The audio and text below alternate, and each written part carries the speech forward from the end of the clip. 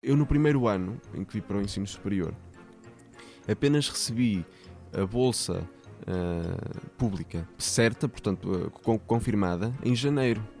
Quantos milhares ou milhões de pessoas usam por dia os transportes públicos? E quantas pessoas ficam na mão porque os transportes públicos não funcionam? Mas se avançarmos, porventura, para uma regionalização política, acho que temos ganhos de escala com isso, claro. Mas, por exemplo, no caso do Norte, poderia ser importante, poderia ser interessante a capital dessa regionalização, dessa região, não ser o Porto. Olá, eu sou o José Maria Pimentel e este é o 45 Graus.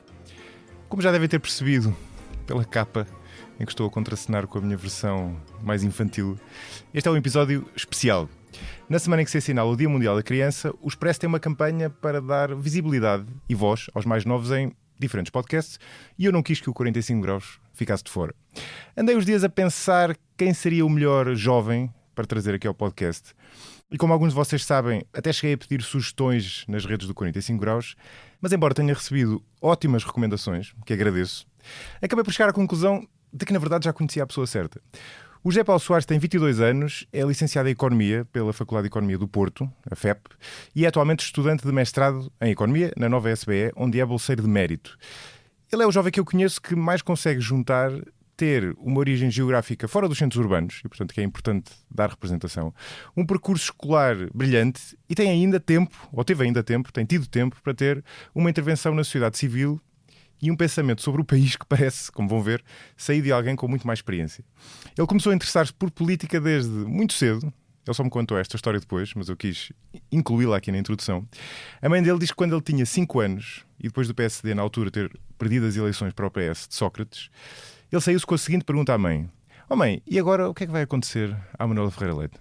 Isto com 5 anos. E portanto não é de estranhar que, não muito tempo depois, aos 16 anos, o Zé Paulo tenha decidido criar um podcast chamado A Conversar é que a gente se entende, para o qual gravou um total de mais de 130 episódios com personalidades de várias áreas, sobretudo da política, alguns convidados comuns aqui com o 45 Graus.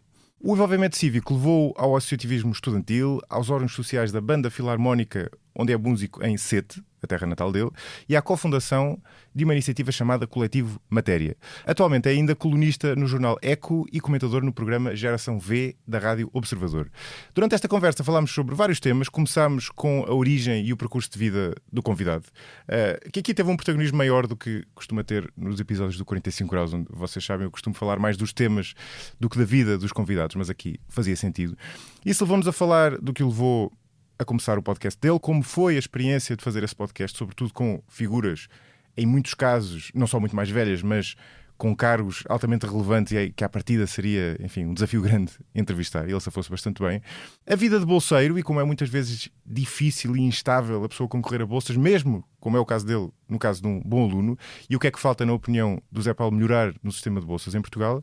Falamos também sobre o centralismo em Portugal e a perspectiva de alguém que veio de bastante longe de Lisboa e, na verdade, até fora do Porto, que é o centro urbano a norte, e sobre o que é diferente na geração do Zé Paulo, visto que o objetivo deste episódio foi trazer um jovem, também quis perceber o que é diferente na geração dele, se é que alguma coisa é diferente. No último episódio lancei-vos aqui o inquérito e queria agradecer às quase 150 pessoas que abdicaram de alguns minutos do seu dia para responder a esse inquérito. É mesmo, acreditem, é mesmo muito útil saber o que vai do vosso lado, de que é que vocês gostam mais, o que é que gostavam de melhorar e as sugestões que têm. Eu quero dar-vos algum feedback da minha parte sobre o inquérito, porque há algumas respostas que surgiram várias vezes e que eu queria comentar aqui, mas para não perder aqui demasiado tempo nesta introdução, vou gravar um episódio à parte, para quem tiver interesse, que vou publicar nos próximos dias. Entretanto, quem ainda quiser responder ao inquérito ainda tem tempo e, portanto, vou deixar de novo o link na descrição deste episódio e caso queiram e caso tenham tempo disponível para fazê-lo, agradeço imenso. E agora, vamos ao episódio de hoje com José Paulo Soares. Até ao próximo episódio.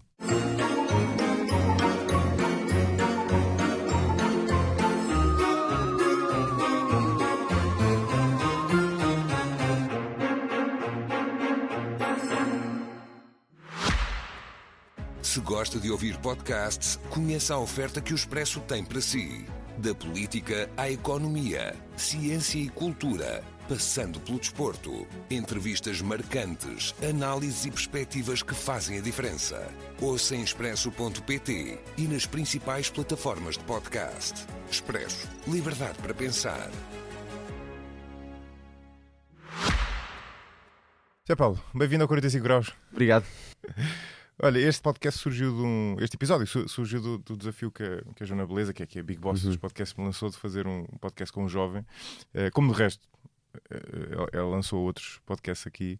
Ao mesmo tempo, sentia-me a fazer uma certa batota, porque eu conheço pai desde os 16, 17 anos. Pai, 15, 16 anos. E tu já tens 22 anos, portanto estavas-me a parecer quase um falso jovem, sobretudo tendo em conta as imensas coisas que tu fizeste. E perguntei-lhe, e eu queria te perguntar se tu achas a resposta dela chincalhante, porque ela disse-me: não há problema, porque a investigação mostra que o nosso cérebro só está completamente desenvolvido aos 25. Não, achas chincalhante, Portanto, porque aos a 22 investigação é o que é, pá. Aos 22 está tranquilo. Não, ainda me sinto, e olhando para trás para quando comecei na altura com o podcast, quando tinha 16 anos, sinto que é diferente, ou seja, já não... E na altura tinha um receio muito grande, disso que falavas, que era a exposição.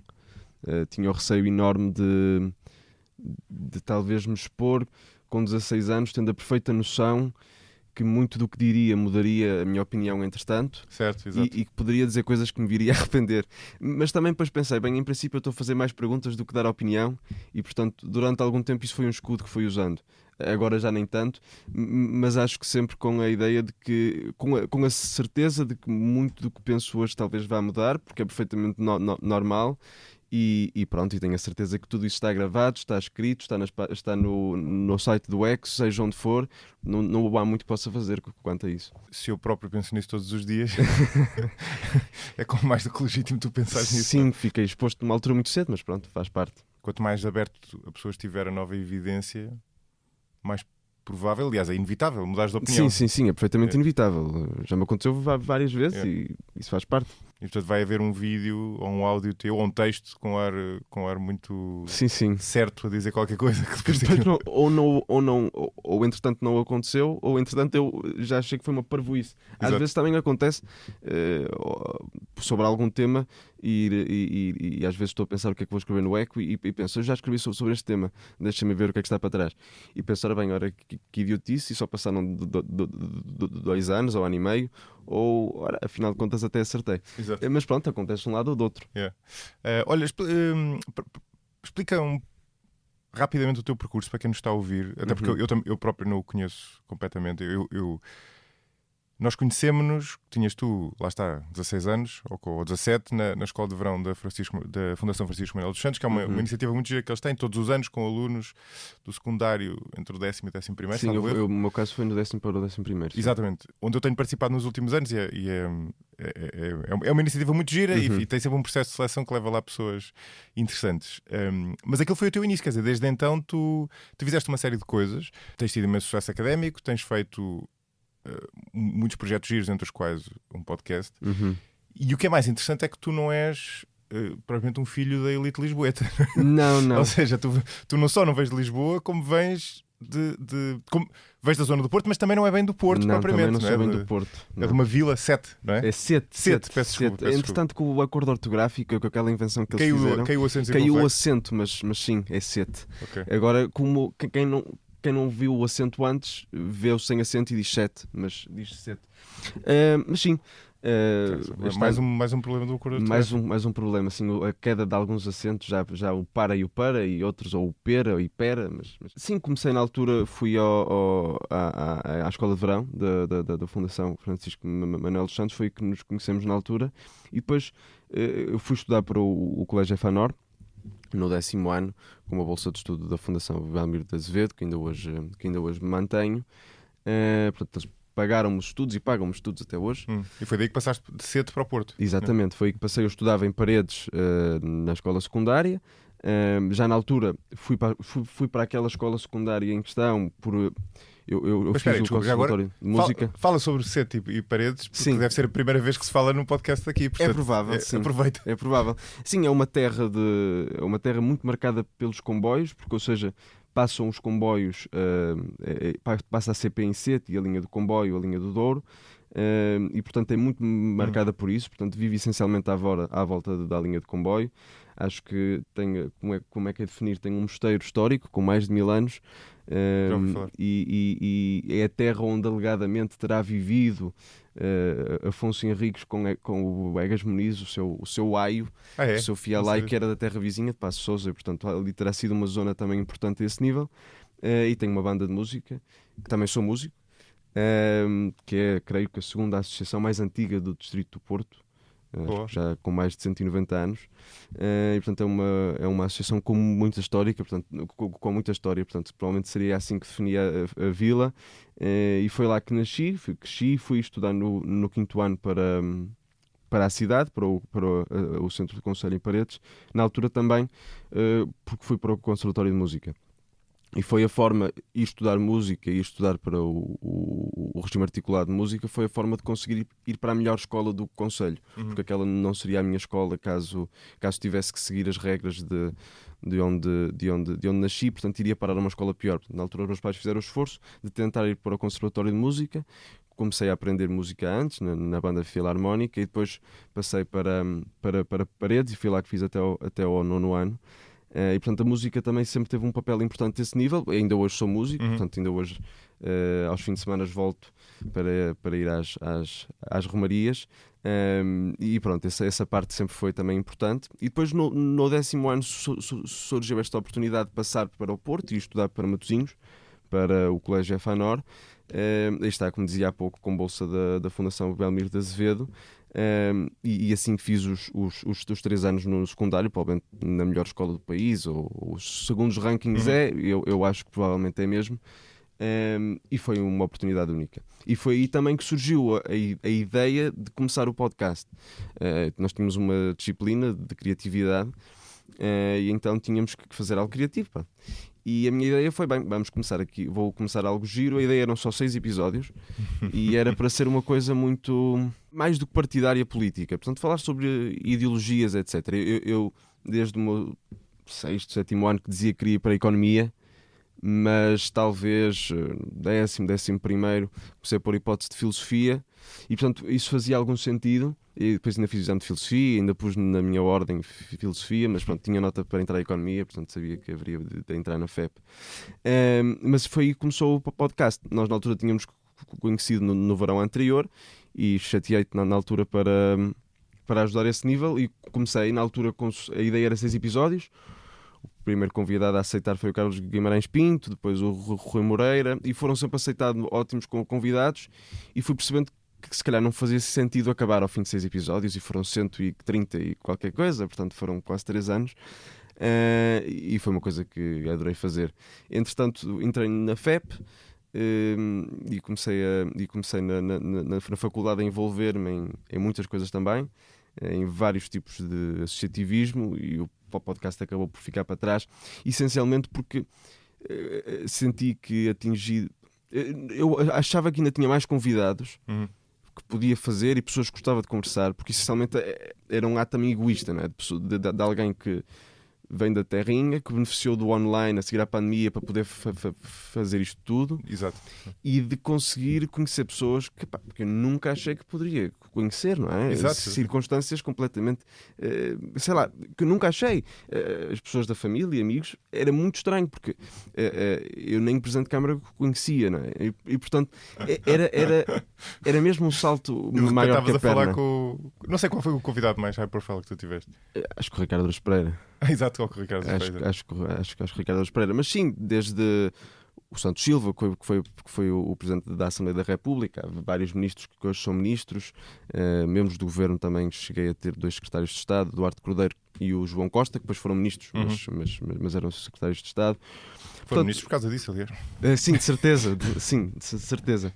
Foi um período em que deu para criar alguns contactos, foram giros, e que me ajudaram depois na FEP também a fazer algumas coisas interessantes, mas sentia que, porque o público também não era muito grande, eu não sabia divulgar as coisas, sempre fui muito incompetente nisso.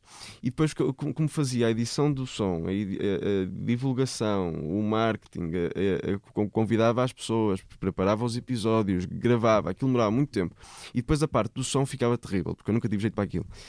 E pronto, ao concentrar tudo em mim, acho que acabou a prazo por ser o fim daquilo. Certo. E com pena minha, mas acabou por ser assim na altura. E depois porque na FEP também envolvi-me em muitas coisas, desde o associativismo numa associação de ligação ao tecido empresarial. Depois, no fim do primeiro ano, fui preparar a associação de estudantes, fui candidato a presidente da associação de estudantes. As coisas também não correram bem, mas depois estive nos conselhos de gestão da faculdade, pedagógico, representantes, etc. Ocupei tempo a organizar eventos.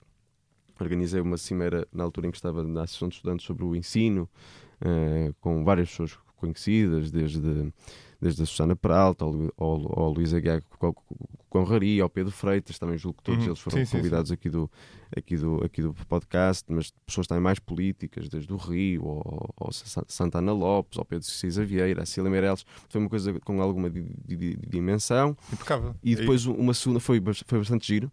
E depois uma segunda sobre geopolítica, já no meu terceiro ano, sobre geoeconomia, que na altura contou com a abertura do Passos Coelho, e portanto foi um evento mediático.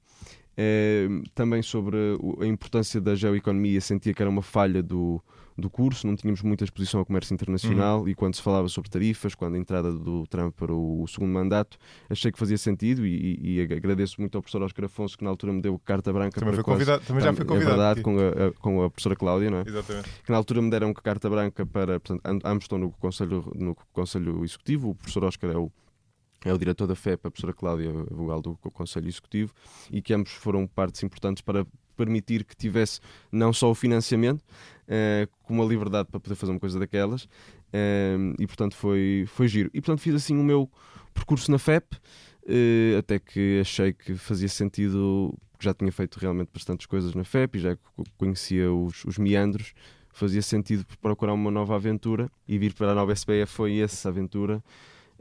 Aqui mais uma vez com apoio de bolsas que foram marcando sempre o meu percurso, agora da Fundação Amélia de Melo, entretanto também da Fundação Gulbenkian ao longo do meu percurso do ensino superior, mas agora a Amélia de Melo que me paga os estudos na nova SBE, porque as propinas são efetivamente caras. Foi também uma parte importante. Sim, foi uma parte importante para agora. Agora estou a fazer um mestrado de Economia e já não falta muito para acabar também. Sim. E estás agora não fazes o teu podcast, mas estás no Observador. Estou no Observador, e sim. No Eco, não é? E no Eco. Escrevo no Eco desde esse segundo ano. Conheci o António Costa também na sequência da... António Costa, diretor do Eco, do Eco. Não António Costa, ex-primeiro-ministro, atual presidente do Conselho Europeu. Exatamente. Na sequência também de um convite dele à Associação de Estudantes para irmos ao aniversário do Eco, na altura o 7º ou 8º, para participar no podcast que ele tem com o Pedro Santos Guerreiro, aliás um ótimo podcast com o Ministério das Finanças.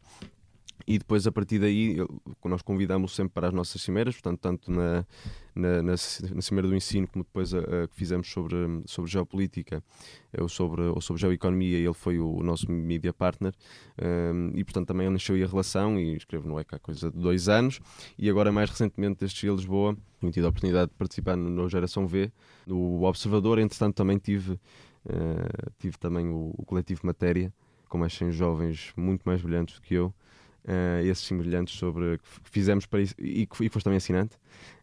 A ideia era conseguirmos dar palco a pessoas que não tinham palco e dar voz para que as pessoas pudessem divulgar as suas ideias. Entretanto, acho que durou menos do que pensávamos e não conseguimos fazer tudo o que queríamos, mas isso faz parte, às vezes acontece. E pronto, mas também foi um projeto ótimo para pôr à prova algumas características. Enfim, o empreendedorismo em todas as áreas implica que a pessoa possa falhar, não é? Sim, às vezes acontece. Não é só nas empresas. Às vezes acontece, sim. Quem eram os outros jovens que estavam envolvidos já agora? Era o Miguel Herdade, exatamente, a Mafalda Rebordão, a Inês Alexandre, a Inês Ayer, a Sara Aguiar e o André Silva Sancho. Éramos 7. Alguns são jovens... mais para a minha idade do que para a tua. Sim, eu era claramente mais novo. Sim, isso tinha acontecido já agora no Geração V, também é um programa de documentário jovem, mas eu ainda consigo destacar-me pela idade. Tu és um verdadeiro jovem. Sim, eu sou ainda com 22. Eu costumo dizer que nasci no ano do Euro, e para algumas pessoas isso choca um bocadinho. E portanto sim, acho que ainda posso dizer com toda a propriedade que sou jovem. Sim, completamente. Eu lembro-me de ter participado. Acho que me voltaram a convidar, mas lembro-me de ter participado num evento estar num painel, já não sei, supostamente enquanto jovem, e eu já me estava a sentir completamente uma fraude. Mas agora parece que se está a legislar no sentido que o jovem é até aos 35 anos e, portanto... Não, 35 já é, mas Sim, eu já sim, passei os 35. Pronto, Portanto, mas acho foi que nesse momento em que há aquela história do jovem agricultor que sim, até aos sim, 40, que era até aos 40, sim. mas isso já me parece estar a esticar bastante o conceito. Eu gostava de falar contigo sobre a experiência do podcast, porque tu estavas a dizer há bocado, quer dizer, de repente tu lanças um podcast daqueles e tu, se a pessoa for olhar para a tua lista de convidados, são mesmo pessoas muito high profile, não sei, desculpem o anglicismo, quem nos está a ouvir, ou seja, pessoas, em muitos casos, sobretudo com posições institucionais ou atuais ou passadas muito relevantes. Lá está, ministros, ex-ministros, isto para não falar do Ricardo, mas aí Sim, é sim. uma pessoa que é sobretudo conhecida, e portanto difícil de chegar, mas é uma lista incrível de pessoas a que tu conseguiste chegar de repente apenas por convite. Como é que foi a experiência de fazer? Eu lembro-me do Carlos Guimarães Pinto, o teu primeiro convidado, tu falavas há pouco, comentar que ele gostava muito de ouvir o teu podcast porque as pessoas estavam, por estarem a falar com um miúdo da perspectiva deles, abriam-se muito mais do que se estivessem a participar, sei lá, aqui no 45 graus, por exemplo. Sim, acho que sim. Eu senti isso bastante e acho que é o exemplo que o Carlos costuma dar quando foi o episódio com a Marta Temido. Exato. Acho que ela dessa vez teve muita vontade e acho que foi importante, acho que foi interessante para falar um bocadinho sobre o fim da sua passagem pelo Ministério da Saúde e muitas vezes sobre algum tipo de poderes fáticos que têm peso nesse início e nesse fim, no caso das passagens na saúde. Mas sim, foi um projeto que começa essencialmente porque houve pessoas que às cegas aceitaram, porque se aquelas pessoas que às cegas aceitaram não tivessem aceitado, não teria acontecido. E eu comecei a gravar o primeiro episódio, foi no dia 28 de dezembro de 2020, com o Carlos Guimarães Pinto.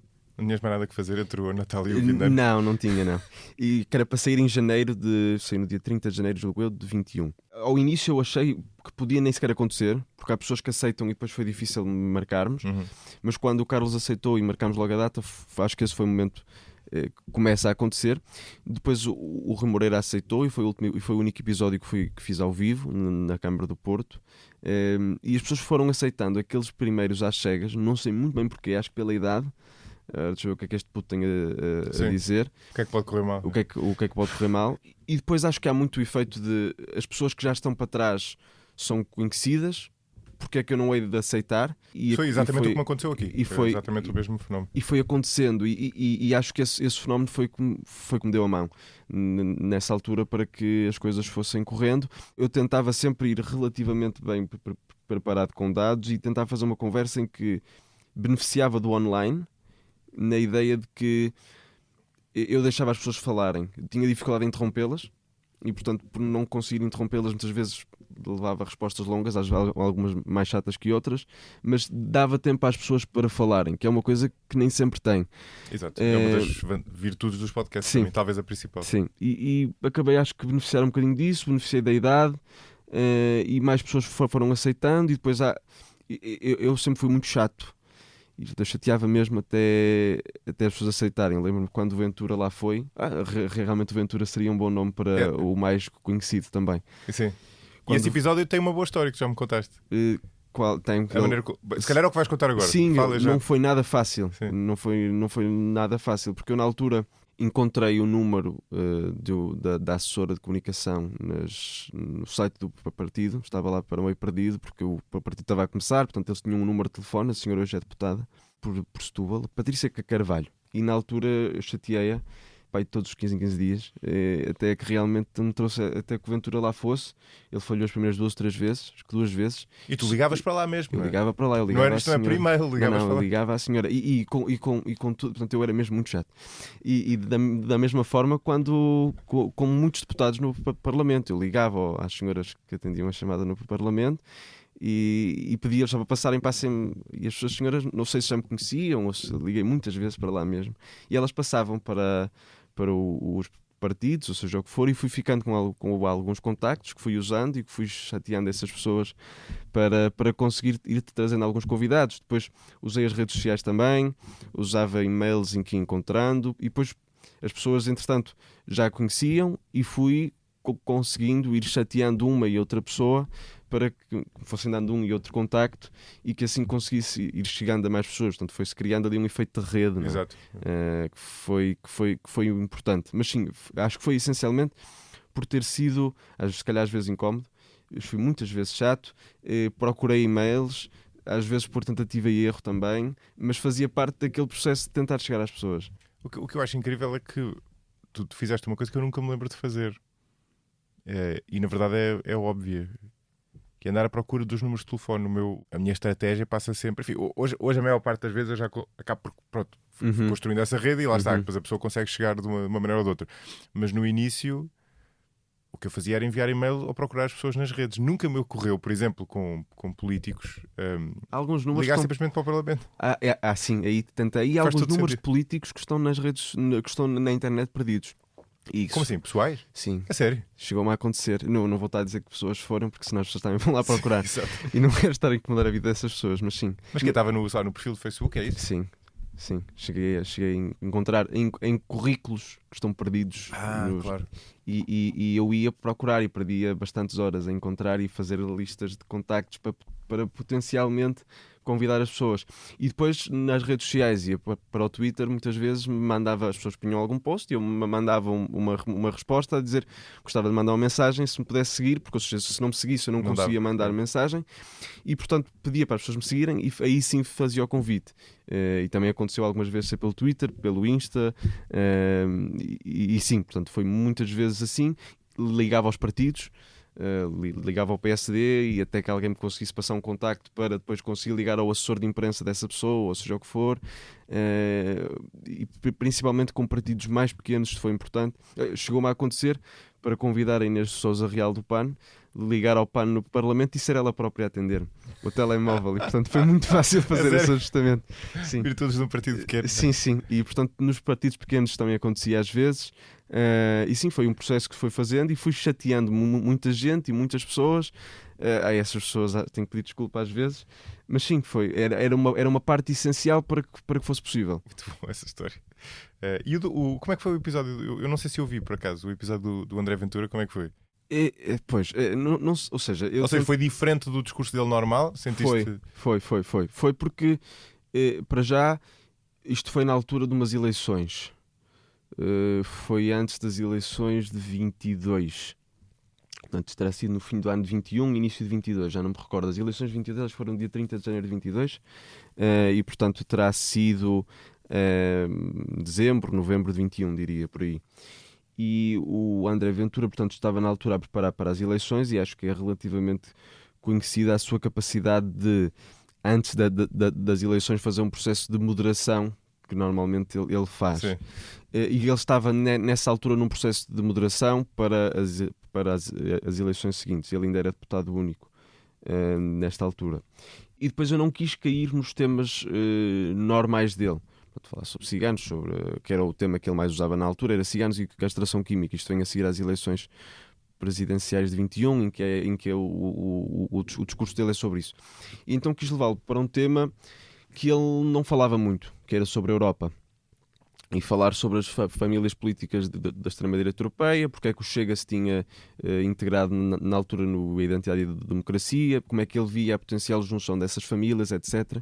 Portanto, foi interessante porque falámos um bocadinho sobre como é que as famílias da extrema-direita europeia se podiam tentar unir, que depois é no fundo o projeto que tenta existir com os Patriots uns anos depois, acaba por não correr bem, porque até acaba por criar uma terceira família da extrema-direita entretanto.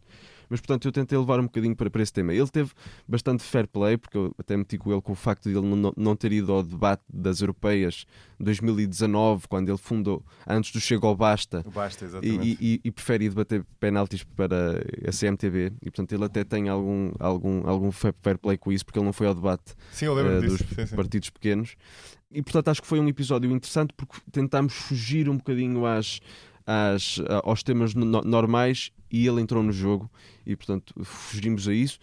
Foi o contacto que tive com ele, foi online e pouca duração, mas não tenho razão de queixa, foi uma pessoa impecável, portanto, sim.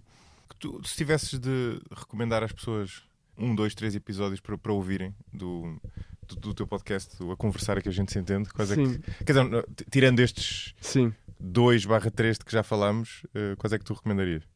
Não sei, eu acho que há temas... Às vezes perguntam-me isso, eu também hesito sempre. Foram Eu sei que isto é uma muitos- pergunta ingrata. Foram muitos e já foi há algum tempo, alguns que nem sequer me recordo. Já me aconteceu ir ver a lista e lembrar-me e pensar, eu já não me lembrava de ter falado com esta pessoa. Já para passar alguns anos. Mas eu diria que há temas, ou seja, os que nós falamos da Marta Temido, acho que corre bem nessa perspectiva quase da entrevista. Eu acho que o Ricardo Araújo Pereira e o André Ventura foram aqueles em que eu fui mais com alguma coisa na barriga, com um nervosismo especial, por razões diferentes. Eu diria que, por exemplo, um episódio que eu lembro-me de ouvir quando ele veio cá ao 45 graus, e depois também gostei bastante quando foi ao podcast, foi com o Pedro Freitas, sobre o sistema de ensino, sobre como é que podemos ajudar os estudantes. Eu lembro que ele na altura depois foi à Cimeira do Ensino também, e era o nome, sem dúvida, mais desconhecido, e foi o nome que mais recebi bom feedback de pessoas que estavam a ouvir e que disseram que acharam incrível. O Pedro é fantástico. E portanto acho que esse episódio com o Pedro Freitas, no sentido de não é tão conhecido, mas foi também muito interessante. O mesmo se aplica ao Miguel Herdade, por exemplo, em que na altura que ele foi era muito pouco conhecido ainda. Eu até acho que ele era ouvinte de podcast e portanto foi algo bom, criámos uma boa relação de amizade e acho que também foi a esse nível um bom episódio de alguém que é menos conhecido e que foi um ótimo tema, e era um tema que eu trazia sempre, que era a educação, e eu acabava sempre os episódios a fazer uma pergunta sobre o elevador social, também porque me tocava muito a mim, de forma especial, mas seria possível termos uma democracia funcional sem um elevador social bem oleado. E tanto um episódio como o outro, se calhar diria que foram episódios em que falámos sobre esses temas. Da mesma forma, sobre educação, lembro-me do episódio com o Nuno Crato, que foi logo dos primeiros, e que eu senti que tinha aprendido algo com aquilo. E portanto, se calhar diria estes três como sendo mais, porque há outros nomes muito mais conhecidos, mas se calhar em nomes menos conhecidos, certo, e sobre um tema, educação, diria estes três. E há outra coisa que a pessoa pode tirar daí, que é um pouco a minha experiência aqui no podcast. Pessoas sem funções institucionais, sem responsabilidades institucionais, tendem a dar melhores convidados. Sim. Tu fazias lá uma coisa que eu faço pouco aqui, propositadamente, é entrevistar pessoas com funções institucionais. Quanto maiores as tuas responsabilidades institucionais, menos tu podes dizer de certa forma, não é? Mais constrangido estás. Enquanto eles não, quer dizer, esses são todos investigadores, são pessoas que têm... Sim, que tinham e que sabem imenso daquela área. Sim. Eu convidei, sim, tive desde secretários de Estado, presidentes de Câmara, tive bastantes presidentes de Câmara, mas também pessoas que estão de tal forma ligadas aos partidos, e depois apanhei uma coisa, que é, durante todo este processo, o PS estava no governo. Tive muita dificuldade a convidar pessoas do PS, porque estavam no governo e estavam de tal forma institucionalizadas que muitas vezes era difícil, ou ministros, etc. Aconteceu, portanto, ter muitas pessoas do PSD, também de certa forma, talvez, se calhar pela minha inclinação política, mas eu tentava convidar pessoas de esquerda, se bem que o rácio para a direita foi muito desequilibrado, diria para o fim. Mas tive ótimos episódios com pessoas de esquerda. Lembro, por exemplo, Fernando Rosas, de achar que foi um episódio muito interessante. Mas tive muita gente do PSD, que acontece que hoje são ministros, ou secretários de Estado. Sim, na altura estavam... E que na altura estavam a fazer essa preparação, que estavam de certa forma descomprometidos, porque o Rui Rio era líder do PSD e portanto estavam praticamente todos na oposição interna no PSD. Exato. Portanto estavam relativamente livres para falar, e aconteceu-me beneficiar também muitos desses momentos. Em momentos em que pessoas estão na oposição interna do PSD, porque quando o Rui Rio passou para a oposição interna e as pessoas do Rui Rio passaram, também tive muitos convidados dessa ala que aceitaram. Mas mesmo no PS, lembro quando Alexandre Leitão sai do governo, e sai do governo contra a sua vontade. Foi interessante porque tive a oportunidade de falar com ela logo a seguir, e também foi um episódio interessante para falar sobre a administração pública e a modernização do Estado. E portanto, sim, tentei sempre ir beneficiando desse momento político, de quando as pessoas teriam se calhar mais interesse para falar, eu tentava aproximar-me para fazer o convite. Isso é bem jogado. Eu fiz-te a pergunta de uma forma que eu não gosto nada que me façam, desculpa, que é a história de perguntar pelo melhor episódio, que é uma pergunta tão... É uma pergunta tão genérica, tão não vaga, é fácil, que é muito difícil tu... Agora, talvez uma pergunta mais interessante por ser mais específica seja: quais foram as pessoas que mais te surpreenderam face à sua persona pública? Ou seja, que naquela conversa tu deste por ti a pensar: olha, esta pessoa é bastante diferente para melhor ou para pior, não necessariamente para melhor ou pior, ou apenas por ter um lado que tu não conhecias face à persona pública dela? Sabes que dos primeiros, porque diria que se calhar são os que mais me marcam. Há Tem um peso dois, profissional na memória, não é? sim, e há dois que se calhar diria. Catarina Martins, por ter aceitado logo, sem que me conhecer, sem fazer ideia, e foi extremamente simpática. E para um tipo de direita, às vezes há uma espécie de diabolização, e portanto diria a Catarina Martins. Também eras mais jovem, ainda podias ser convertido, não é? Sim, se podia, mas sim, acho que foi extremamente simpático. Ou seja, não estou a menorizar a simpatia. Sim. E diria que o Nuno Crato, porque eu em 2011 ou 2015, quando foi ministro, eu tinha entre 7 e 11 anos. Portanto, a minha memória do momento político da crise não é grande. Contudo, o meu pai era militante do PS e depois do PCP. E, portanto, apesar da minha mãe ser eleitora do PSD, a visão que eu tive, que eu tenho a posteriori daquilo é uma visão muito crítica, não é? Porque vivia em casa com o meu pai, que era sindicalista. E, portanto, a visão que eu tinha do Nuno Crato era quase como um mal personificado. É a realidade, porque era aquilo que via em casa. E, portanto, tinham-se passado 10 anos desde o início do governo, portanto, em 2021, e foi um episódio muito interessante, com alguém absolutamente impecável durante todo o processo, de uma simpatia ímpar, acho que durante os 150 episódios quase. E, portanto, se calhar essa mudança de paradigma de talvez as pessoas não são efetivamente aquilo que aparecem e quando nós conhecemos são muito diferentes. E depois dar uma nota relativamente a isso, que é, eu senti sempre durante todo o processo, e isto é certamente influenciado pela idade que tinha, mas que os políticos são muito mais disponíveis, genericamente, do que acho que fazemos deles. Estão muito mais disponíveis, essencialmente porque dependem do voto e estão sempre disponíveis para falar e para e para terem momentos em que possam falar. E, portanto, também numa parte egoísta de alguns políticos é mais tempo da antena que tenho, mas por outro lado, acho que há muitos políticos, e bem, que sentem que é a sua função falarem, quando possível, com o eleitorado ou terem estes momentos. E senti sempre, por parte da maioria de pessoas que exercem cargos públicos ou que já exerceram, etc., que tinham uma total frontalidade e um total interesse em aceitar os convites e que são muito mais próximos do que ao início, eu diria. Há aí duas coisas que tu disseste que eu acho que são interessantes. Eu acho que a televisão dá o lado pior dos políticos. Não só por expor os erros, mas também porque a exposição televisiva, a exposição mediática exige que tu sejas muito assertivo e que mostres muitas certezas. E essas certezas, obviamente, não são naturais. E se é verdade que tu podes usá-las para projetar confiança, elas também acabam por projetar um certo afastamento e um lado pouco humano.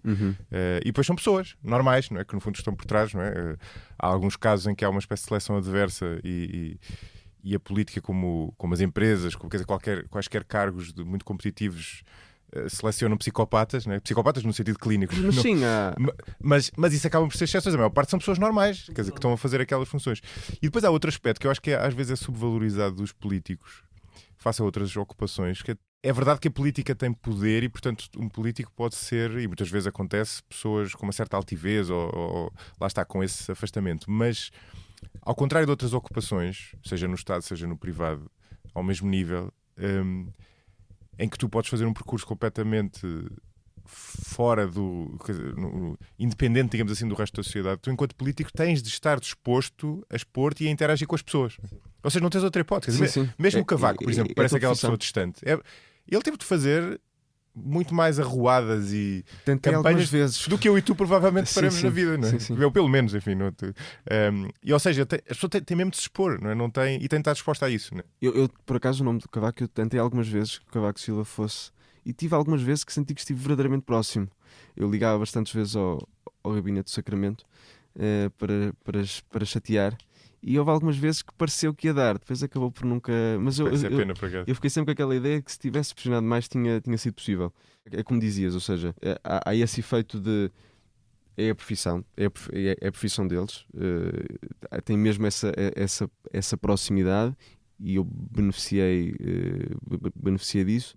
Agora estávamos a falar do podcast, mas tu ao descrever o teu percurso, fica claro como tu és um beneficiário das bolsas que foste tendo ao longo do teu percurso, o que não Sim. tira mérito nenhum, como é óbvio, não é? Mas mostra a importância, Completamente. mas mostra a importância das bolsas, não é? Sim. que as bolsas tiveram no teu percurso. E as bolsas, eu acho que é um tema que talvez não seja tão conhecido como devia do grande público, também por nós não termos muita tradição de bolsas, temos tido algumas fundações privadas que têm entrado nesse terreno, sendo que agora o Governo anunciou, o Ministro da Educação anunciou parece-me um reforço das bolsas, não é? Tu estás mais dentro disso, mas tu talvez sejas das pessoas em Portugal que podem falar com mais propriedade de bolsas de estudo. Sim, na ótica do utilizador. Da ótica do utilizador. Tu vais na terceira? Tive bolsas privadas, e tenho a da Belmiro de Azevedo, a da Fundação Gulbenkian e da Fundação Mela de Melo, que é diretamente para as propinas do mestrado da Nova. Isto sempre com a condição, estas bolsas normalmente têm a condição de ter bolsa da DGES, ou seja, porque é a forma que tem de rastrear a parte económica, não é? Abdicam dessa parte e confiam essa parte à DGES e depois dão a atribuição monetária, ou seja o que for. No caso, por exemplo, da Fundação Belmiro de Azevedo é muito mais do que... E mesmo da Fundação Gulbenkian. O que é a bolsa da DGES, que eu não sei se é... Sim, a bolsa da Direção-Geral do Ensino Superior, portanto é a bolsa do Estado, que os estudantes, até agora os valores podem estar a falhar, mas 13 ou 14 IAs per capita anual, acho que é mais ou menos por isto. O IAS é o indexante do apoio, o indexante dos apoios sociais, portanto andará à volta dos 400 e qualquer coisa, 500 euros, já não sei qual é que é o valor atual. Mas, portanto, são feitas as contas pelos estudantes que se candidatam ao processo de bolsa, para que na bolsa mínima um estudante tenha coberto 125% da propina. Portanto, a propina no ensino superior anda neste momento nos 69,70€ por mês, portanto, na licenciatura, e que seja coberto, portanto, 125% disso. Esta é a bolsa mínima e é a bolsa que abrange 70% dos estudantes bolseiros em Portugal. Portanto, 70% dos estudantes bolseiros têm acima da propina de bolsa do Estado 17,43€ mensais. Sim, o Estado paga a propina e depois e mais 17€, que é o mínimo que vai acima. O que o Governo aparentemente quer fazer, e daquilo que se tem lido na comunicação social ao longo dos últimos dias, é diminuir este valor de 70% para 10%. Portanto, fazer com que haja uma maior progressividade na atribuição de bolsas. Parece-me, e sempre me pareceu, que não faz sentido que a bolsa mínima abranja mais de metade dos estudantes, porque na prática não é a bolsa mínima, já é a bolsa mediana, já é a bolsa moda, já é a bolsa tudo. E efetivamente parece-me que... e depois ainda há outro tema, que nunca foi discutido e que nunca se discute quando se fala anualmente sobre se deve aumentar as propinas ou não, que é os estudantes que mais precisam que as propinas sejam baixas, que era o meu caso e é o caso dos estudantes bolseiros, têm a propina já paga por estas bolsas. Ou seja, se aumentarmos a propina, não vai acontecer que estes estudantes vão ficar expostos a esse aumento. Aliás, aquilo que aconteceu desde 2020, quando a propina foi congelada, é que os 25% que vão acima têm vindo a perder valor, ou seja, estes 17,43€ que estão acima são os mesmos há 6 anos. Em termos nominais, sim. Que hoje, quer dizer... Mas desculpa interromper, essa é uma bolsa económica, não é uma bolsa de mérito. É uma bolsa totalmente económica só, sim. Portanto, não tem qualquer tipo de componente de mérito. Tem a ver apenas com a pessoa não ter capacidade para pagar as propinas. Exatamente, é apenas com o agregado familiar, ter ou não ter capacidade para pagar as propinas. E só para dar uma ideia de quantos estudantes é que são abrangidos por estas bolsas. Estes são números de 2019, de um estudo da Fundação Belmiro de Azevedo, portanto da Fundação Edulog, sobre o elevador social e sobre o preço das bolsas. Por exemplo, no sistema universitário, 28% dos estudantes são bolseiros. No sistema politécnico, 37% são bolseiros. Portanto, há aqui uma diferença, já que aparentemente pode indicar que os estudantes com maiores necessidades socioeconómicas vão mais provavelmente para o ensino politécnico do que para a universidade. Mas, apesar de tudo, a diferença não é grande. São 9 pontos percentuais. A diferença maior apresenta-se em alguns cursos. Por exemplo, quando se olha para Direito, onde o número de estudantes bolseiros é 28%, ou Solicitadoria, que é 50%. E em princípio não há muitas pessoas que tenham seguido solicitadoria que direito não tenha passado pela cabeça. O mesmo acontece com medicina e enfermagem, onde medicina deve ser dos cursos, aliás, provavelmente a par de algumas engenharias e economia, com menos estudantes bolseiros. 15% dos estudantes em medicina são bolseiros, apenas 15%, portanto é um curso extremamente elitista.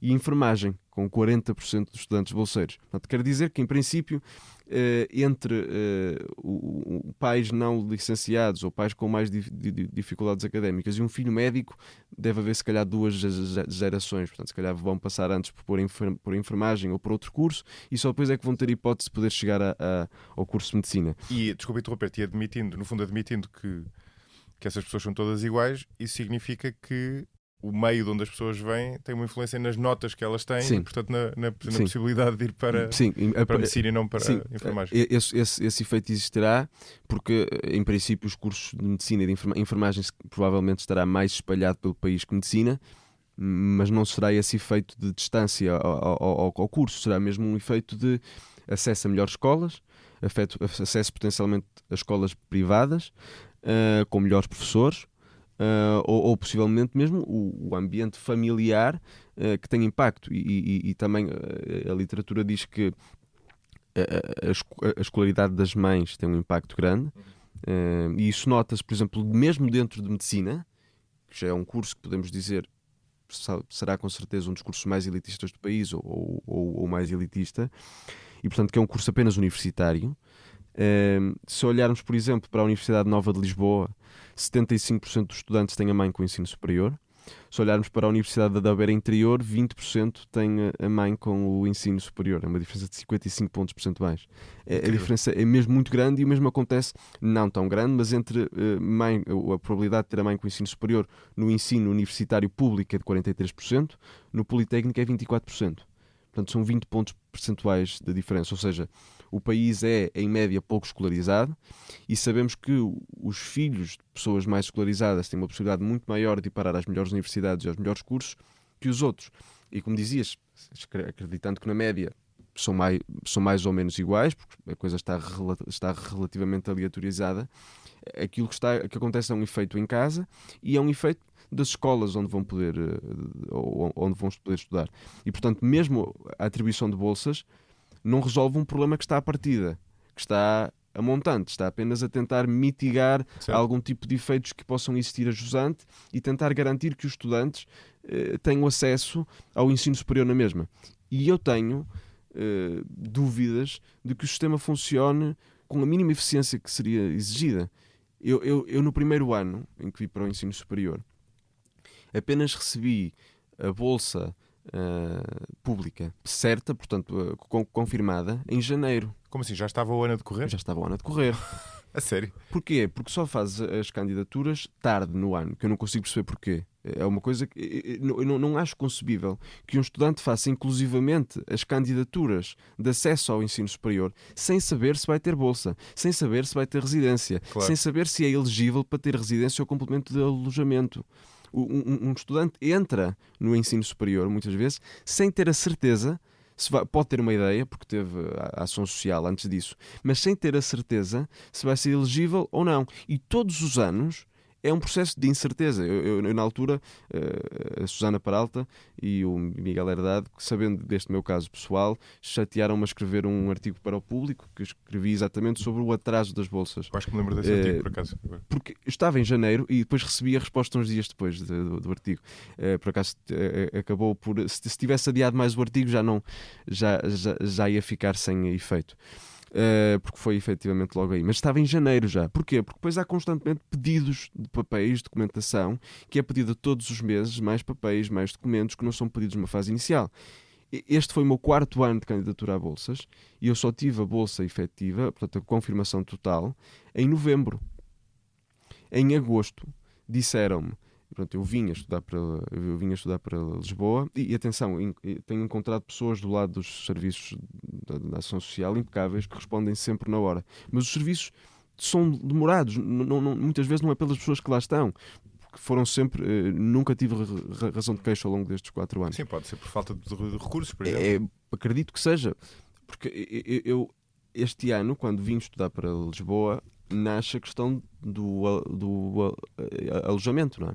Ou seja, vou ter ou não vou ter alojamento, vou ter ou não vou ter o complemento de alojamento caso não tenha residência pública, porque sendo bolseiro da DGES, e pronto, para fazer também contextualização. Eu não estou a perceber, os preços da habitação são altos? Não estou a perceber. Parece que sim. Não estou a perceber de que fala. Parece que são um bocado altos. Ou seja, tendo a bolsa da DGES, o estudante é elegível para a residência pública, portanto tem que se candidatar à residência pública, e não tendo lugar na residência pública, é dado um complemento de alojamento, aqui em Lisboa até ao valor de 490 €, julgo eu, em Lisboa e no Porto, depois vai dependendo da cidade, para o estudante encontrar uma casa, assinar um contrato, enviar o contrato e depois os recibos, e vai recebendo o valor, portanto vai cobrindo as despesas de alojamento.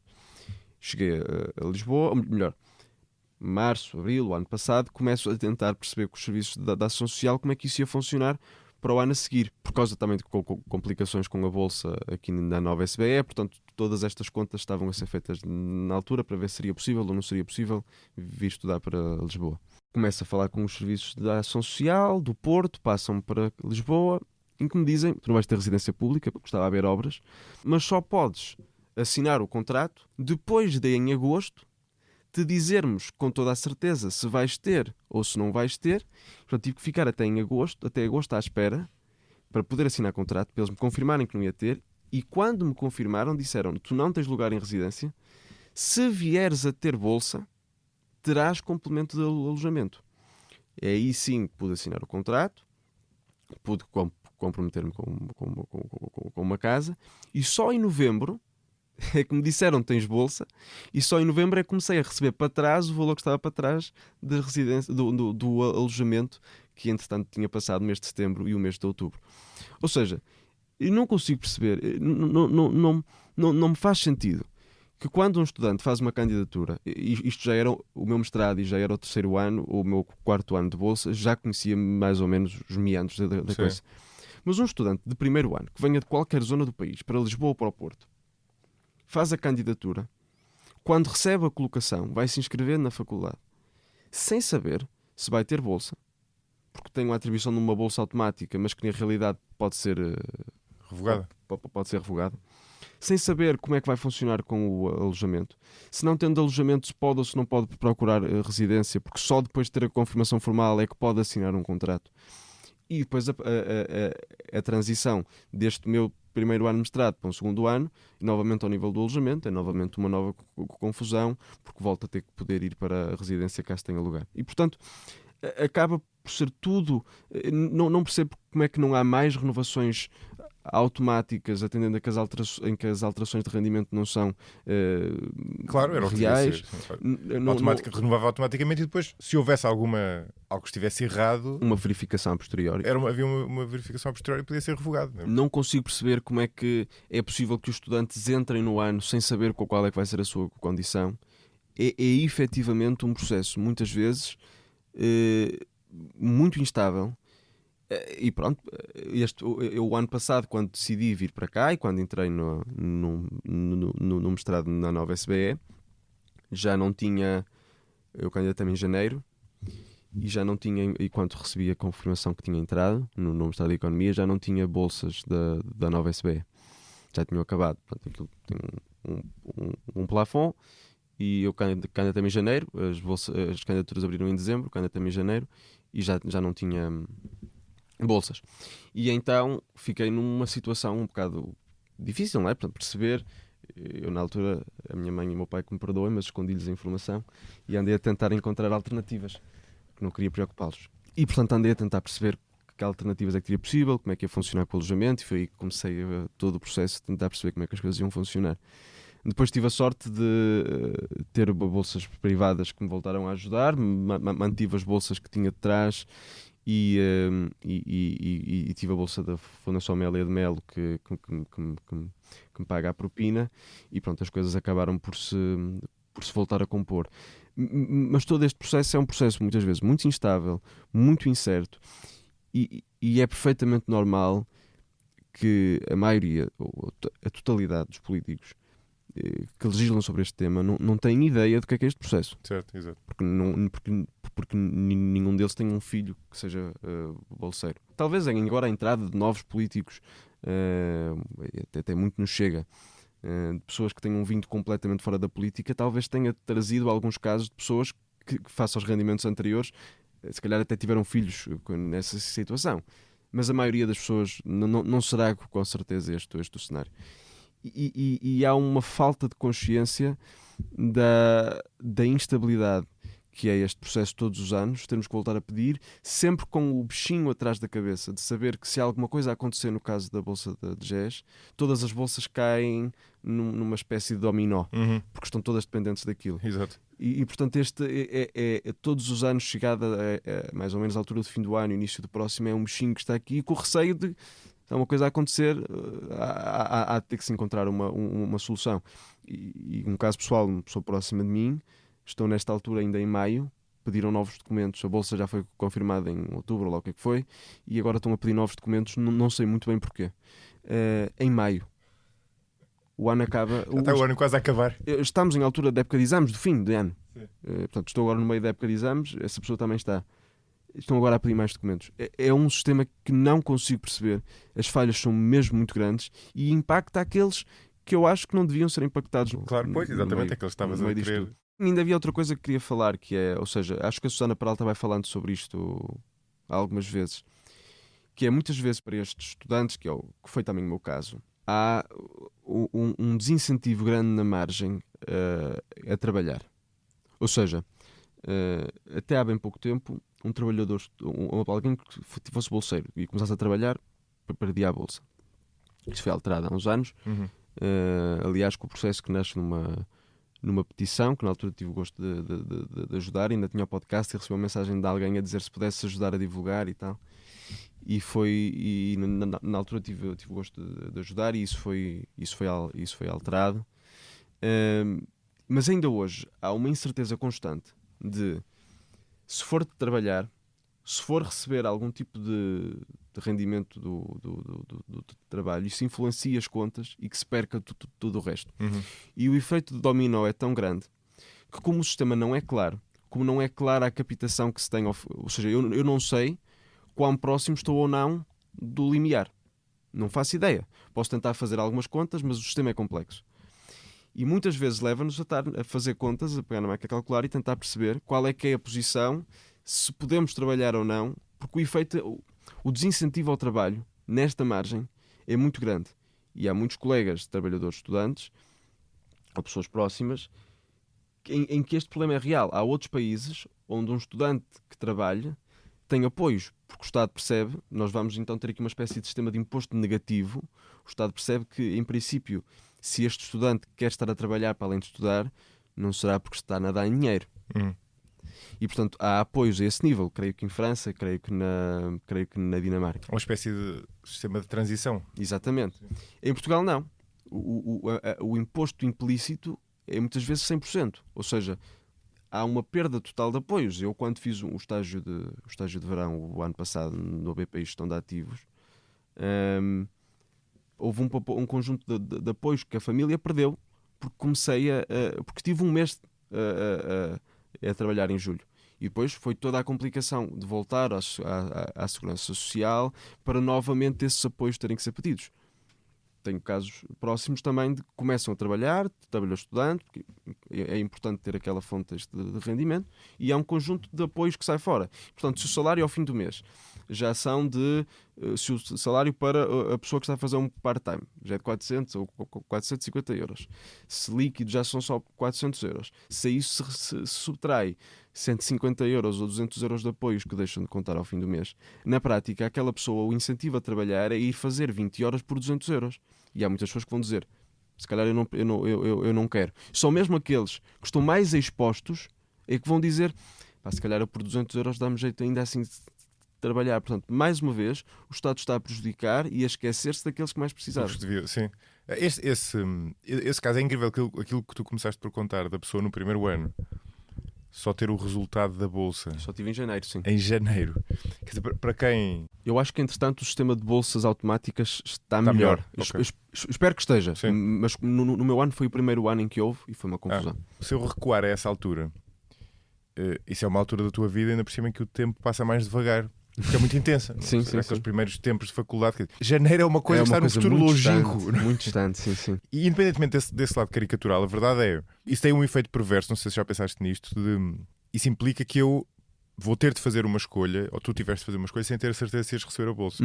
O que isso significa é que as pessoas que tenderão a avançar ainda assim são aquelas que, apesar de tudo, têm um plano de reserva se não houver bolsa. Eu avancei sempre porque sabia que em qualquer circunstância extrema eu tinha um plano de reserva. Isso. Ou seja, no fundo, aquelas pessoas que mais precisam são aquelas que vão dizer: pá, pronto, olha, vou ter de fazer outra coisa, vou ter de trabalhar, vou tirar outro curso. Completamente. E isto toca naqueles temas e enquadra-se na questão do elevador social que tu falavas há bocadinho. Toca naqueles temas em relação aos quais há pouca a classe política e as elites no geral, digamos assim, isto não é exclusivo da classe política, têm pouca sensibilidade porque lá está, não sentem na pele, não é? Como por exemplo, nós falávamos há bocadinho em off dos transportes. Exatamente. Os comboios que falham, o metro que falha, os autocarros que falham. Sim. São coisas que são mais ou menos inadmissíveis, quer dizer, aquela experiência que nós os dois tivemos de apanhar um comboio urbano para depois apanhar um comboio intercidade. Longo curso, sim. E correres o risco de perder o comboio de longo curso ou perderes mesmo o comboio. Sim. É uma coisa que não devia acontecer, mas são temas que não têm o peso que deviam ter. E o que eu quero dizer são falhas quase inadmissíveis, independentemente de outras falhas mais difícil de gestão, que não são conhecidas porque não há. Porque provavelmente as pessoas que estão em posição de decidir não têm conhecimento delas. Sim, eu acho que a questão das bolsas, como dizia, ou seja, eu avancei sempre porque tinha sempre um plano de reserva. Eu sabia que face à propina elevada do Estrada Nova, que são 12.000 euros, eu sabia que o dinheiro que tinha acumulado das bolsas privadas para trás seria usado aqui. E era um investimento que em princípio, dizem os estudos, mais do que compensa. E mesmo que tivesse pedido um empréstimo, acho que tenho relativa confiança que consegui-lo pagar. E portanto tinha este plano de reserva. Agora, acredito que muitos estudantes numa situação idêntica, em que não têm bolsa, no caso da escola, fiquem muito apertados e quando vem a resposta demorada do sistema público, talvez digam, se calhar eu tinha a segunda hipótese de ficar na FEP, se calhar digam, eu se calhar fico. E isto é possível que aconteça, e como dizias, ou seja, isto alarga-se um bocadinho às elites que temos, e é perfeitamente normal, mas que não conhecem estes sim, não é por má vontade. É por sim, não é todo, mas é por desconhecimento, ou seja, estão numa outra realidade no seu dia-a-dia, e no caso, acho que, como tocavas agora, dos transportes, é por demais evidente, e eu diria, porque as bolsas está escondido a um grupo de estudantes que estão que acabam por ser prejudicados, e os transportes não. Quantos milhares ou milhões de pessoas usam por dia os transportes públicos? E quantas pessoas ficam na mão porque os transportes públicos não funcionam? Hoje já ouvi para aqui, contava chegar antes da hora, cheguei depois da hora, porque o comboio no Cais de Sodré... É preciso dizê-lo, mas antes de mim. Mas porque o comboio no Cais de Sodré estava suprimido. Que é uma coisa que eu não consigo perceber. Eu quando comecei a ir de Lisboa para o Porto, para casa, começava a saía em Romarieiro, portanto, linha de Sintra, saía com 10 ou 15 minutos de adianto para chegar ao comboio Oriente. Perdi uma vez. Comecei a ir no anterior. Perdi também, indo com 20 ou 25 minutos atrás. Agora tenho que ir com meia hora. Porque é a única forma de conseguir garantir que o comboio vai. E mesmo chegando ao comboio e estando no comboio, aconteceu-me entrar no comboio das 10 horas que vai para o Porto, entrar no comboio, sentar-me a horas e ter que esperar 1 hora para que o comboio saísse da Gar. 1 hora. Porque depois o comboio que vem de Faro chega atrasado com 1 hora e todos os comboios seguem neste sistema de dominó com a hora de atraso que vem do de trás. Isto acontece todos os dias na vida das pessoas que andam em transportes públicos. Acontecia na mesma... Pessoas que vão para o comboio e têm que ir meia hora mais cedo, diariamente, porque sabem que há a possibilidade de chegar à estação e não conseguir entrar no comboio. Isto no Porto para quem é do Porto, principalmente a partir da estação de Irmesinde, é uma coisa muitas vezes diária para estas pessoas, que não têm mais espaço para entrar no comboio. E, portanto, ou no metro, mas no metro, não há, em princípio, não é tão chato, porque vem outro a seguir. No comboio, às vezes estamos a falar, ter que esperar meia hora. E isto são coisas que não estão na realidade das nossas elites do dia-a-dia. Talvez os comboios longo curso, o alfa pendular ou intercidades chamem mais a atenção destas pessoas, porque os que são de fora de Lisboa têm que voltar às suas terras e muitas vezes acabamos por saber que andam também no comboio, porque também já me aconteceu encontrar essas pessoas. Nos comboios suburbanos e no efeito do dia-a-dia, comboios suprimidos, comboios que não cumprem, há comboios que eu nunca vi cumprir o horário. Aquele horário é uma coisa meramente indicativa. E falo dos comboios e como posso falar é uma sugestão. Como posso falar do metro de Lisboa, mas certamente as pessoas que andam de autocarro se calhar ainda têm mais razões de queixas do que eu tenho com o comboio ou com o metro. Os sistemas de transportes públicos são, em Portugal, uma das maiores falhas do Estado, as mais claras e mais prementes que o Estado falha todos os dias. E não consigo perceber como é que não tem o peso mediático e como é que não tem a atenção mediática que devia ter, ou melhor, sei perceber qual é a origem, mas acho que é uma falha dos políticos, mesmo naquela ótica de ser um ator político racional, tentar maximizar os votos. Aqui está um sítio onde realmente podem impactar a vida das pessoas. Em teoria, sim. Só se for a única razão que eu consigo encontrar para não ser um tema de alguns atores políticos. A solução se calhar é tão difícil que se calhar convém nem sequer tocar, porque seria um sítio onde um ator político racional teria incentivo em tocar, porque poderia maximizar os seus votos, podia tentar aumentar a sua base eleitoral, porque toca na vida de muita gente todos os dias.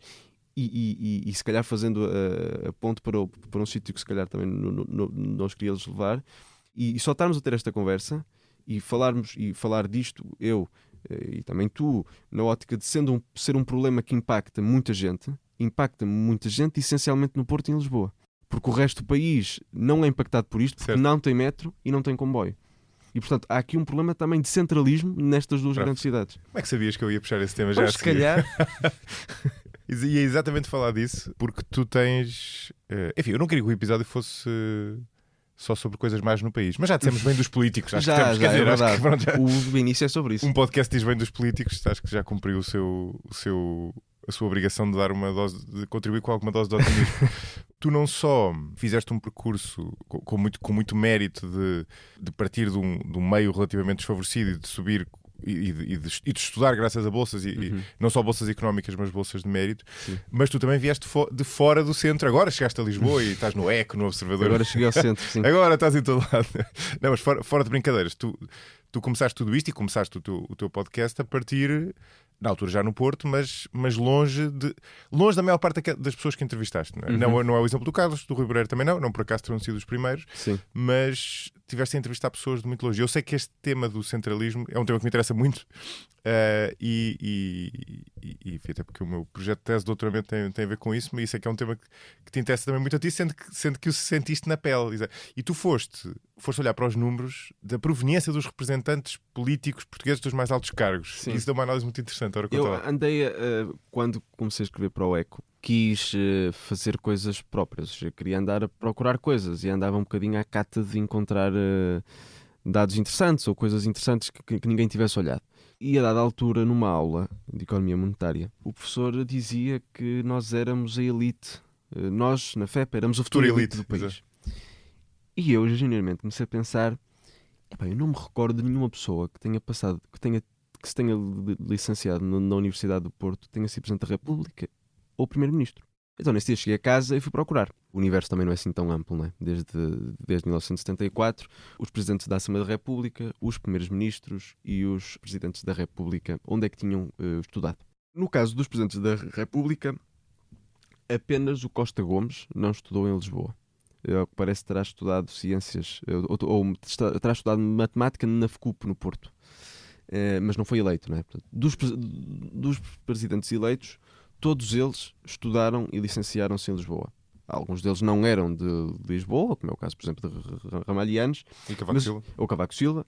Mas eu quis olhar não para o sítio de onde vinham, mas para o sítio onde tinham estudado, porque talvez diria que as relações que se criam aí têm um peso tão grande na vida futura e portanto, eu também fazia isto a pensar muito no governo do Costa, e muitas vezes quando se discutia que todos vinham da FEDUL e todos vinham de Direito da Universidade de Lisboa, aliás como ele próprio, e depois alarguei isto a olhar para os governos. Portanto, olhei até aos de Guterres, todos os ministros onde é que tinham estudado. Andei a fazer isso, mas isso ainda está incompleto, e portanto andei a tentar perceber onde é que tinham estudado os primeiros ministros também. O Montenegro é o primeiro-ministro a não estudar em Lisboa desde o Mota Pinto em 79, que estudou em Coimbra. Portanto, durante 45 anos da nossa democracia, todos os primeiros ministros estudaram em Lisboa. Até podíamos ir à questão... E já agora a outra exceção é o Vasconcelos. O Vasconcelos, que nem sequer estudou, é o único que não... Era até esse ponto que ia. Okay. Era exatamente esse ponto que ia, que é... Até podíamos ir à questão de só temos políticos que são licenciados. Por exemplo, se olharmos para o Reino Unido, não é necessariamente esse o caso, e recentemente o Jimmy Callaghan, há 50 anos, o Jimmy Callaghan, o John Major há 30... Tu dizes recentemente para te referir há 50 anos, é especialmente mas na história do Reino Unido é recentemente, não é? Mas o John Major há 30 não era licenciados. Em Portugal, isso nunca sequer seria possível, mas é preciso notar que é um país, provavelmente com menos pessoas... acho que o segundo país com menos pessoas com ensino secundário, em percentagem do total da população. Ou seja, quer dizer que aqui também há uma falta de representatividade, porque a maioria dos portugueses não tem cursos superiores e não estão representados. Sim, bom, eu acho que seria mais difícil, isso, mas sim, continua, sim. Mas ainda assim, ou seja, eu já nem vou a esse ponto. Só no ponto de onde é que estudaram. Dentro da pool das pessoas que estudou, onde é que elas estudaram. E no caso dos primeiros ministros, parece-me evidente que há um viés. E estarmos a falar disto hoje é ingrato, porque é a altura em que o primeiro-ministro estudou no Porto, o Montenegro estudou no Porto, na Católica do Porto, o Aguiar Branco é do Porto, apesar de ter estudado em Coimbra, o Paulo Rangel, que é vice-primeiro-ministro na prática, também estudou no Porto e é de Gaia, o José Luís Carneiro é de Baião, o Pedro Nuno Santos é de São João da Madeira, que foi o anterior líder da oposição. Antes dele, o anterior líder da oposição, o Rio, também é do Porto. E, portanto, devemos estar na altura da nossa democracia em que mais pessoas temos do norte do país representadas na política nacional. Portanto, até é ingrato estamos a falar sobre isto agora. Mas a verdade é que temos uma democracia que não só por todos os indicadores de centralismo está muito balançada para o litoral, portanto, qualquer dia que caia ao mar, mas também está muito centralizada em Lisboa, como as próprias elites políticas nascem e vivem neste meio de Lisboa. O país precisa de elites, é perfeitamente natural que assim seja, e é bom. Agora, eu quando andei à procura destes números, eu lembrei-me que o Alberto João Jardim, quando nós na altura gravámos, eu acho que em off não, tenho a certeza que em off, ele disse: a culpa disto é vossa, é das pessoas do Porto. Porque vocês é que tinham a responsabilidade de ser capazes de criar uma elite que fizesse frente às elites de Lisboa. E eu acho que as elites do Porto, durante muito tempo, deixaram e focaram-se nas elites empresariais, criaram essencialmente elites empresariais, focaram-se no desenvolvimento económico e se calhar descuraram o peso que teria ter elites na política. Isso até dá um certo afastamento, não é? Como uma coisa que se passa assim, acho que há uma espécie de alinhamento, que é, ou seja, aquilo passa-se lá em baixo, nós conseguimos ultrapassar isso através da formação de elites empresariais. E isso, no caso da FEP, que foi onde estudei, notava-se muito. Ou seja, os grandes exemplos que eram dados na FEP como ex-alunos eram genericamente empresários. Havia alguns políticos que tinham passado no Ministério das Finanças, etc., mas focava-se por aí, o Fernando Medina, o Teixeira dos Santos, mas pouco mais do que isso. Carlos Costa. O Carlos Costa, que, no caso da governação do Banco de Portugal.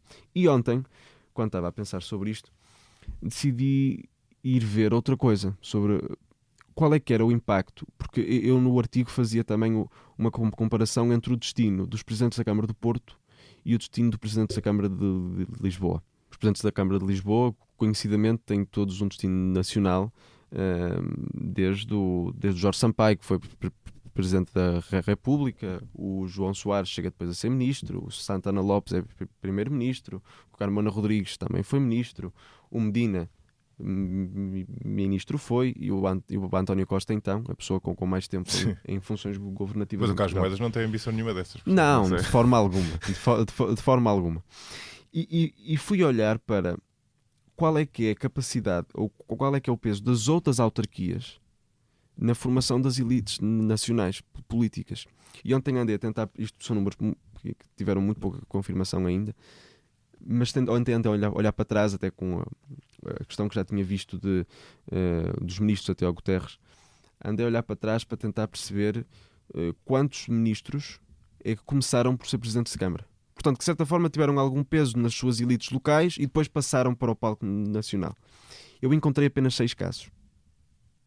E todos deles muito recentes. Portanto, neste governo há 2, o Castro Almeida e o José Manuel Fernandes, com, portanto, São João da Madeira e Vila Verde, a Maria do Céu Antunes no governo do PS, que tinha sido Presidente da Câmara de Abrantes, o Zé Luís Carneiro, que também foi Ministro, foi Presidente da Câmara de Baião, no governo do Durão Barroso, o Isaltino Moraes, que foi também Ministro depois de ter sido Presidente da Câmara de Oeiras, e o Fernando Gomes, que foi Presidente da Câmara de Porto e depois passou para Ministro. E acredito que estes são os 6 únicos casos de pessoas que foram elites locais, foram presidentes de Câmara e passaram. Francisco Assis, não sei se foi ministro. Não chegou a ser ministro. Não chegou a ser ministro. Acho que não chegou a ser ministro, foi líder da bancada. Mas sim, também foi presidente da Câmara de Amarante. Claro que estes números, olhar para isto apenas assim, tem um conjunto de problemas. Há outras pessoas que tiveram um perfil nacional em determinada altura da vida política, e que passaram por câmaras. O caso do Francisco Assis é um deles, o caso do Rui Rio é outro, e que não foram e que não chegaram a ministros. Mas para termos uma ideia, escolher apenas aqui o caso, e há outros que foram, por exemplo, secretários de Estado, mas para usarmos aqui o caso dos ministros, são apenas 6. Enquanto que quando olhamos para presidentes de Câmara de Lisboa, e olhamos aqui, tem 1, 2, 3, são 6 que falei. Os 6 tiveram portanto, é o mesmo número. É o mesmo número. Estes 6 da Câmara de Lisboa tiveram, de uma única Câmara, tiveram muito mais poder do que o restante dos presidentes de Câmara. Claro que há ministros que depois passaram a presidente de Câmara, há tudo isso. Mas apenas olhar para este fluxo, acho que é sintomático de um país que fora de Lisboa não tem capacidade de formação de elites políticas locais que se nacionalizem para governar o país. Sim, talvez esse era outro tema, mas talvez ter regiões pudesse servir, não é? Pudesse servir de... como uma ponte intermédia. Isso, sim. Ponte intermédia. Porque só a Câmara de Lisboa, talvez a do Porto, mas só a Câmara de Lisboa é que tem a capacidade de gestão e de gestão de dinheiro suficiente, etc., para projetar uma pessoa e peso mediático. Sim. Para projetar uma pessoa com capacidade governativa para palcos superiores. O exemplo que eu costumava dar era eu não sei se o Rui Rio era muito inepto em várias coisas, mas não sei se ele não foi prejudicado um pouco por isso. Acho que sim. E o Rui Moreira, enfim, acho que é mais ou menos um segredo para o Lichinelo que ele tinha ambições de ser Presidente da República, e acho que até se tivesse candidatado podia ter tido mais sucesso do que se calhar ela achava. Acho que sim. Mas eu lembro sempre no programa aqui do Ricardo José Pereira, quer dizer, do resto da equipa Isto é Gozar com quem trabalha, o Carlos Moedas está sempre a aparecer e o Rui Moreira, acho que me lembro dele aparecer uma vez. Sim. O que mostra... Eu acho que o Rui Moreira, e acho que foi um bom presidente da Câmara do Porto, mas acho que o Rui Moreira focou-se também sempre... Aliás, eu devo fazer eu gostava que o Rui Moreira tivesse sido presidente do Porto Clube. Acabou por não se cumprir, mas acho que estamos muito bem servidos agora. Mas não concordo nada com essa passagem da política para o futebol. Mas ele passa do futebol para a política antes disso. Ele era comentador esportivo. O perfil desportivo dele sempre existiu e acho que teria dado um bom presidente do clube. Acho que agora temos um ótimo presidente do clube. Mas, ou seja, falou-se sempre de qual é que seria o próximo passo dele. Chegou a ser possível ser eurodeputado, falou-se a possibilidade de ser eurodeputado, chegou-se a falar da possibilidade de ser candidato a Presidente da República, chegou-se a falar também da possibilidade do clube. Eu acho que ele, de certa forma, corporatizou durante muito tempo essa voz corporativa de um norte contra o sul foi muito representada pelo Pinto da Costa. A bem ou a mal, essa figura desportiva acabava por significar isso. De uma forma muito radicalizada, de uma forma muito extremada, mas servia esse propósito. Numa fase posterior da vida de Pinto da Costa, eu acho que o Rui Moreira serviu esse propósito. E talvez por isso tenha pago o preço de não conseguir transformar-se numa figura nacional, porque criava anticorpos tanto no resto, tanto na parte com quem ele antagonizava, portanto com as elites de Lisboa, mas também com o resto do país a norte, que também olhava para o seu perfil público e dizia: aqui está alguém que quer centralizar, quer um outro centralismo, mas no Porto. Claro, exatamente, porque isto é sempre uma questão com várias camadas. Claro. E depois é claro que eu acho, e o Pedro Duarte deu uma entrevista interessante estes dias ao Paulo Baldaia, aqui também no Expresso, ao Expresso da Manhã, sobre isto mesmo. E ele dizia que o Presidente da Câmara do Porto é o primeiro dos últimos. E, portanto, por isso deve ser o líder da oposição. Eu percebo isso, mas ele, enquanto tem essa figura agregadora que eu acho que pode servir para o resto do país, o resto do país tem que estar tranquilizado o suficiente pelo Presidente da Câmara do Porto que eu não quero um novo centralismo no Porto, outro em Faro e outro em Coimbra. Claro. E também existe o Porto exerce esse efeito central, quer dizer... É isso, ou seja, acho que seria preferível, e numa ideia de regionalização, e se falarmos sobre isso no futuro, espero que o país tenha essa discussão, se devemos ou não avançar para um regime mais regional.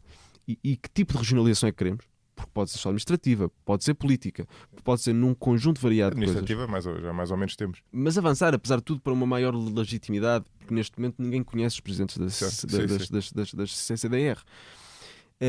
Mas se avançarmos, porventura, para uma regionalização política, acho que temos ganhos de escala com isso, claros. Mas, por exemplo, no caso do Norte, poderia ser importante, poderia ser interessante a capital dessa regionalização, dessa região, não ser o Porto. O Porto não fica sequer de uma forma central. É o extremo sul. É o extremo sudoeste da região. Porque se a região for delimitada pelo Rio Douro, mais a sul que o Porto, só Gaia. E, portanto, se o Porto tivesse esta capacidade de lutar por um país mais regional e que depois na hora dissesse: nós somos capazes de ceder esse peso simbólico a Braga ou outra qualquer cidade do Norte, seria importante para dar este passo de que não se quer uma nova regionalização, um novo centralismo em outras regiões, mas sim realmente um país mais próximo das pessoas. E depois também acho que não podemos ter esta discussão das regiões, esta discussão de vamos criar regiões para ganhar escala, sem discutirmos também os municípios.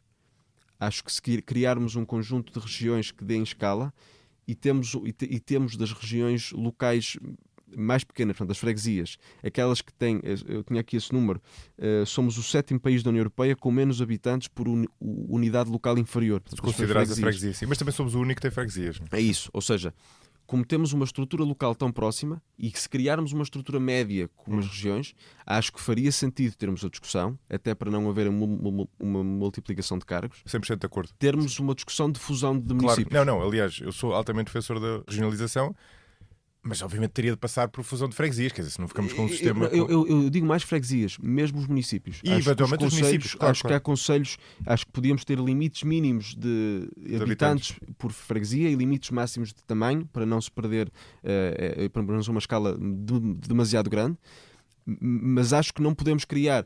Temos as freguesias com uma estrutura de poder muito próximo das pessoas e principalmente, no meu caso, por exemplo, em Sete ou neste tipo de locais, as freguesias têm um peso muito importante. São realmente uma estrutura nuclear de ligação à política, de ligação cultural, muitas vezes também, de promoção de eventos, é mesmo muito importante. Mas acho que, e tivemos e falámos muitas vezes sobre a fusão de freguesias e fizemos-lo há 15 anos, acho que passar para o nível dos concelhos pode fazer sentido, porque há concelhos que têm ou população ou tamanho que não justifica a sua existência. Ganhar escala a esse nível pode ser muito importante para o país. Há um último tema que eu queria falar contigo. Temos passado em revista temas em que tu representas aqui de certa forma uma minoria. A minoria da pessoa que vem de longe, a minoria do bolseiro, a minoria contra o centralismo. E aqui eu estou a esticar muito o conceito de minoria, né? Mas a ideia de trazer aqui jovens também é trazer uma. Não digo uma minoria no mesmo sentido em que muitas vezes diz que as mulheres são uma minoria, não é? Não são uma minoria em número, mas em representação. Mas em representação. E as pessoas que nos estão a ouvir, se calhar já se esqueceram da tua idade, não é? Mas eu queria puxar também pelos teus 22 anos e que tu partilhasse um pouco a perspectiva geracional, que é sempre uma simplificação muito grande. Mas fala-se muito de várias coisas que estão a mudar, ou seja, vários aspectos em que a tua geração é diferente das anteriores. Um deles, por exemplo, está na política. Ou seja, a ideia que eu tenho é que a tua geração está mais virada à direita. Talvez no geral, eu diria que, bem, na questão dos costumes parece haver uma diferença de género bastante grande. Na questão económica, por exemplo, parece ser claro. E até em conversa, enfim, até em conversa aqui com o Ricardo Paes Mamed, ele dizia que mesmo no Isqueté ele sente isso, mesmo no Isqueté, ele sente que a audiência dele é principalmente de direita nos cursos que ele dá aulas, não é? Mas também é um curso de economia, portanto ele também está enviesado à partida, não é? Não, sim, mas é economia política, portanto aquilo é, sim, okay, economia, sociologia, aquilo. É o que eu no mestrado. Talvez não está. Enfim, posso não estar a contar a coisa bem, também não quero estar a comprometer exatamente com isto, mas isto para dizer que se ele no Isqueté tem esta impressão, eu imagino na nova. E na FEP. Eu até diria que seria a FEP é mais. Mas, sério? Sim, acho que sim. Eu uma altura eu disse só ao professor Oscar, eu acho que ele discordava de mim. Mas eu acho que eu não me recordo de ninguém de esquerda na FEP. Agora vai haver gente de esquerda da FEP que me vai estar a insultar. Mas eu, dentro do meu grupo próximo de pessoas na FEP, eram tudo pessoas de direita. E isto cria uma bolha que eu acho que muitas vezes nos prejudica. E prejudica muitas vezes em momentos de debate, etc. Porque não estamos tão expostos ao contra-argumento. Estamos habituados à palmadinha nas costas de não, sim, é giro o que diz e tal, porque a gente aqui pensa o mesmo. Acho que na Nova existem algumas pessoas que se dizem de esquerda, até ao nível do corpo docente. Coisa que na FEP existem, algumas pessoas próximas do PS, mas menos. Sim. Mas geracionalmente, como é que tu explicas isto? Não sei, eu genuinamente não sei. Numa faculdade de economia é normal haver um pendor mais liberal, eu também senti isso. A minha pergunta é mais geracional, ou seja, geracionalmente tu sentes que acho que houve uma mudança e tendo havido uma mudança, porquê? Não sei, acho que não é possível dissociarmos de forma alguma do efeito das redes sociais. Certo, e isso concordo. terá que ter algum efeito. Eu não sei qual é, mas a minha geração é talvez a última que cresci até aos meus 10, 11 anos sem telemóvel e entrei nas redes sociais eu já muito mais tarde, aos 16, mas a maioria dos meus colegas aos 12, 13, 14, hoje em dia talvez seja ainda mais cedo. Eu ainda me lembro de ter infância sem o telemóvel, mas acho que talvez seja a última geração em que isso acontece. E acho que isso é indissociável. Os efeitos, a verdade é que a direita, não só a direita mais moderada, mas especialmente a direita mais radical, tem uma capacidade de entrada nas redes sociais que mais nenhuma área no espectro político conseguiu ter. E se calhar há 10 anos tínhamos esta discussão no sentido contrário, porque há 10 anos íamos falar sobre o preço dos jovens no Bloco de Esquerda. Claro, exato. Hoje falamos ao contrário. Eu sou um bocado avesso à ideia de que as gerações são muito diferentes umas das outras e que vamos transformar alguma coisa e que vamos ser muito diferentes. Nascemos no mesmo caldo cultural, acho que na média vamos ter uma regressão à média com o passar da idade, acredito nisto. Acho que se hoje falarmos de que os jovens são mais à direita, acho que daqui a 10 anos a perspectiva pode ser outra vez de que o país está inclinado à esquerda e que os jovens são mais à esquerda, e é uma questão cíclica e acho que se vai voltar a pôr ao contrário. E bebem menos ou não? Isso é verdade? Não sei, a minha perspectiva não consigo ter, porque eu não vi os meus pais a beber, claro. Não é? Só vejo a minha, se é mais se é menos, não sei. Não, esse é outro tema que se fala muito. Há colegas teus que não bebam álcool. Na minha geração isso era virtualmente inexistente. Que não bebam de todo, não. Mas talvez haja mais gente que tenha mais, que não beba tanto. Eu próprio, se calhar, me incluí. Eu vejo pessoas a lamentar esse desenvolvimento, eu acho uma coisa boa. Eu por acaso seria nas pessoas que lamentam, mas também faço parte das pessoas que se calhar lamentas, cedem. Mas não exerces. Sim, acho que é uma certa hipocrisia ou incoerência que existe, mas sim, acho que lamento que. Mas também há aquele pensamento de. Eu tinha uma professora do secundário que falava muitas vezes nisso. Vocês são a primeira geração que tudo o que vocês fizerem, inclusivamente em momentos de maior com álcool, seja o que for, tudo isso está gravado. E somos uma geração que, se não tivermos cuidado com isso, vamos ter coisas gravadas nossas e coisas sobre nós desde o início das nossas vidas. Isso aumenta a autoconsciência. Acho que sim.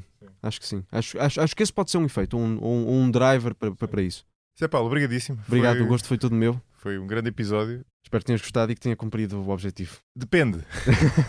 Se o objetivo era ter um bom episódio, como é um objetivo em todos, claramente. Se o objetivo era trazer um jovem que de alguma forma mostrar ser jovem, estando aquém dos outros convidados normais, aí não cumprimos. Aí se calhar sou um bocado velhote. Não tiveste um todo. Obrigado. Este episódio teve a sonoplastia de Hugo Oliveira. Ouça e veja outros podcasts em expresso.pt e acompanhe-me em josemariapimentel.pt ou nas redes sociais. Até ao próximo episódio.